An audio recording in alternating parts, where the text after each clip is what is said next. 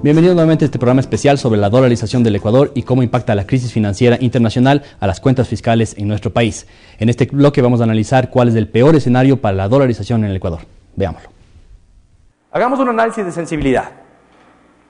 Porque ustedes pueden decir, bueno, pero esas son tus cifras, en base a lo que tú crees que va a crecer la economía. Bueno, ustedes díganme cuánto creen qué creen que va a pasar y vamos poniendo esto en un modelo para jugar con estas cifras, ¿sí? Por ejemplo, en la revista Perspectiva ustedes van a encontrar el escenario base, que es el que yo les di hace un momento, en el cual yo digo que esto es manejable, ¿sí? El escenario optimista, en el cual tendríamos un aumento del precio del petróleo a $45, por encima de lo que pasaría, lo que creen los expertos que va a pasar, que los ingresos tributarios no se caen, tal como espera el SRI. Yo no le pongo más allá de 0% porque ya me parece demasiado, estirarle demasiado al optimista, de ir sobre optimista, o sea, ya es una cosa de demasiada alegría, ¿no? Gastos corrientes aumentan en el 5% y gastos de capital reducen, pero un poquito menos. Fíjense ustedes, aquí el 7% y aquí al menos 5%.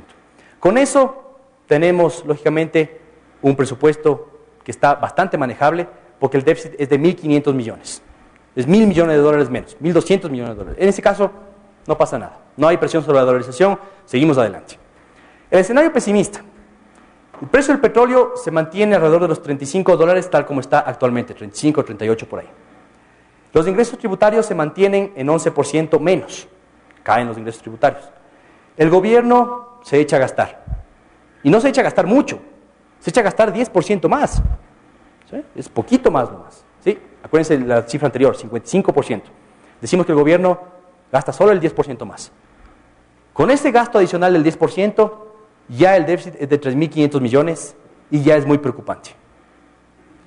Y ahí está el escenario muy pesimista en el cual salimos inmediatamente de la dolarización. Y fíjense ustedes que en cualquier escenario, esto depende del gobierno. Depende de cuánto gaste o deje de gastar el gobierno. Y en todos los escenarios, ustedes y yo le ponemos que hay que reducir la inversión. ¿Qué es lo que están haciendo en Estados Unidos? Aumentar la inversión. Esa es la política anticíclica, la famosa política keynesiana. Cuando la economía no funciona, métele plata. Métele plata tú eres el que puede, el que tiene dinero, gobierno, papá Estado, tú métele plata, para eso estás. Justamente cuando hay problemas económicos, tú métele plata. Y lo que estamos diciendo es que ya no hay plata. Entonces, política anticíclica en el Ecuador, muy, muy complicado. Entonces, lo que hay que hacer es reducir las inversiones y el gasto corriente que crezca muy poquito. Cualquier cosa por encima de un 10% de gasto corriente, es decir, salarios, nos afecta. ¿Se acuerdan que les decía que yo no había metido los 3.000 millones de ofertas Constitución? No están ahí, ¿no? Cualquier cosa que nos presionen para meter ya genera problemas en la economía, ¿sí? Y esto estoy hablando de que dentro de poco vamos a tener protestas en la calle, ¿no? O sea, las damas de casa se les prometió que iban a ser afiliadas y lógicamente la gente espera esas cosas. Entonces hay que ver cómo logramos manejar eso. Eso es lo que lógicamente los economistas no quieren hablar. Y no queremos hablar porque no queremos que la economía sea una profecía autocumplida. Decimos que aquí hablamos que vamos a desdolarizar y mañana estamos desdolarizados, ¿no? Porque todos vamos a salir corriendo. Oye, en el IDE dijeron que vamos a desdolarizar, entonces saca tu plata de aquí, deja de invertir, ándate afuera. Esa es una profecía autocumplida, ¿no? Y la economía generalmente sucede eso. Si que creemos que va a haber crisis dentro de 10 años, no se va a dar dentro de 10 años, sino mañana. Así que todo el mundo la apuesta en contra. Entonces, con mucho cuidado vamos a ver este escenario. Con mucho cuidado, ¿sí? El peor escenario. ¿Cuál es el peor escenario que nos daría desdolarizar? El dólar continúa apreciándose en el mercado mundial, que parece que puede ser. Los vecinos, lógicamente, continúan devaluando. Si el dólar se aprecia, los vecinos devalúan. Colombia y Perú tienen ese mecanismo y comienzan a devaluar. ¿Cuál es el efecto sobre esto? Menos exportaciones, más importaciones, que terminan generando también problemas, ¿no? Gasto por encima del 10%. Cualquier cosa por encima del 10% ya genera problemas. Que el petróleo esté por abajo de los $55, WTI, que es el más fácil de medir. Que los ingresos tributarios caigan en 11%. Fíjense que ese 11% que yo ya le puse por ahí en los escenarios, ese es el peor escenario, ¿no? Ya más allá de eso ya es catastrófico. Menos de 11% ya nos ayuda. Cualquier cosa en el medio de eso nos ayuda. Presiones sociales por la nueva Constitución es un tema que nadie está hablando, pero lógicamente hay 3.000 millones de dólares ahí que no se van a repartir y que la gente va a esperar que los repartas. Pero el gobierno tiene que ser políticamente adecuado y socialmente correcto, digamos, para jugar con los sindicatos, con el MPD, con las damas de casa, con el resto de grupos que van a presionar este año para que se cumpla eso. Pero lógicamente a ellos hay que decirle, vean, no hay cómo. O tenemos una crisis o les pagamos esto, entonces más bien mantengámonos, ¿no? Tratemos de no pagar eso. Presiones sociales, como les decía, presiones inflacionarias, una especie de estanflación. La estanflación es una recesión económica combinada con una alta inflación. ¿Cómo se puede dar este escenario? Si es que nos explota en la cara el tema de la restricción de las importaciones.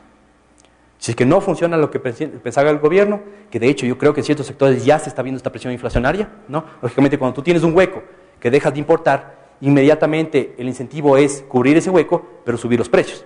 O no cubrir ese hueco, hay un déficit de producto, hay menos productos en el mercado, y la teoría económica es clave para esto, ¿no? Si hay menos oferta, el precio tiende a subir, no hay nada que hacer, ¿sí? Entonces, presiones inflacionarias, no crédito externo, es decir, el FMI dice, ¿sabes qué? No te presto plata. Pero yo creo que eso no es tan cierto, digamos, porque el FMI le acaba de prestar a Centroamérica, a algún país de Centroamérica, no me acuerdo cuál, cerca de $700 millones, ¿no? El Salvador, me parece, sí, Honduras, El Salvador, no sé a quién. El Salvador, $700 millones. Y es un país chiquitito. El Ecuador es mucho más grande y tiene dolarización, es decir, nos conviene mantenernos en ese rumbo. Entonces yo creo que nos pueden prestar plata siempre y cuando vayamos allá. Es decir, es cuestión de ir a pedir plata. Hay que quitarse la máscara y decir, ¿sabes qué? Vamos, no hay nada que hacer, ¿sí? No crédito externo y crisis mundial. Por ejemplo, China entra en una recesión mucho más fuerte de lo que está ahora. Ese es el peor escenario.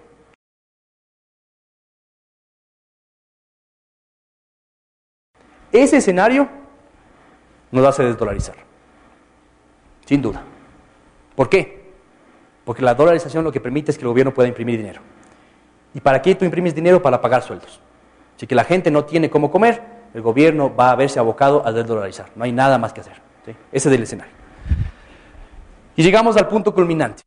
Entonces ya les enseñé los datos, vimos las sensibilidades, ustedes pueden jugar con los números. Yo diría que esto puede permitirnos pasar este año. Yo sí creo que económicamente podemos aguantar, pero políticamente, no sé, deberíamos aguantar políticamente, deberíamos, porque parece más lógico manejar un país con una crisis dolarizado que manejar un país desdolarizado y con crisis, parece más lógico, pero la lógica política yo no la entiendo. Entonces, digamos que yo lo que entiendo es de estas cifras, y eso les presento a ustedes. Ya después lo que pase es otro cuento, ¿sí? Económicamente. Y esa es la lección también de esta charla, digamos. Cada uno de nosotros tiene que comenzar a apoyar, a presionar. Si creemos que la dolarización es buena, cada uno de nosotros tiene que comenzar a apoyar, no en contra, sino a favor. Le estamos cortando todas las alas al gobierno. Ya no hay muchos caminos.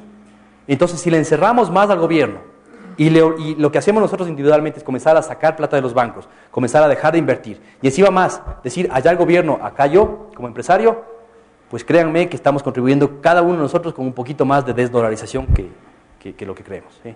Entonces, lo que hay que hacer es tenderle puentes al gobierno, decirle, vea, aquí están los empresarios que son los del día a día, los que realmente sudan la gota gorda, hagamos algo, ¿no? Y eso es lo que alguna gente está tratando de hacer. De hecho, no públicamente, pero hay series de reuniones entre cámaras, empresarios, con el gobierno para decirle, vean, aquí estamos, hagamos algo, porque creemos en este sistema.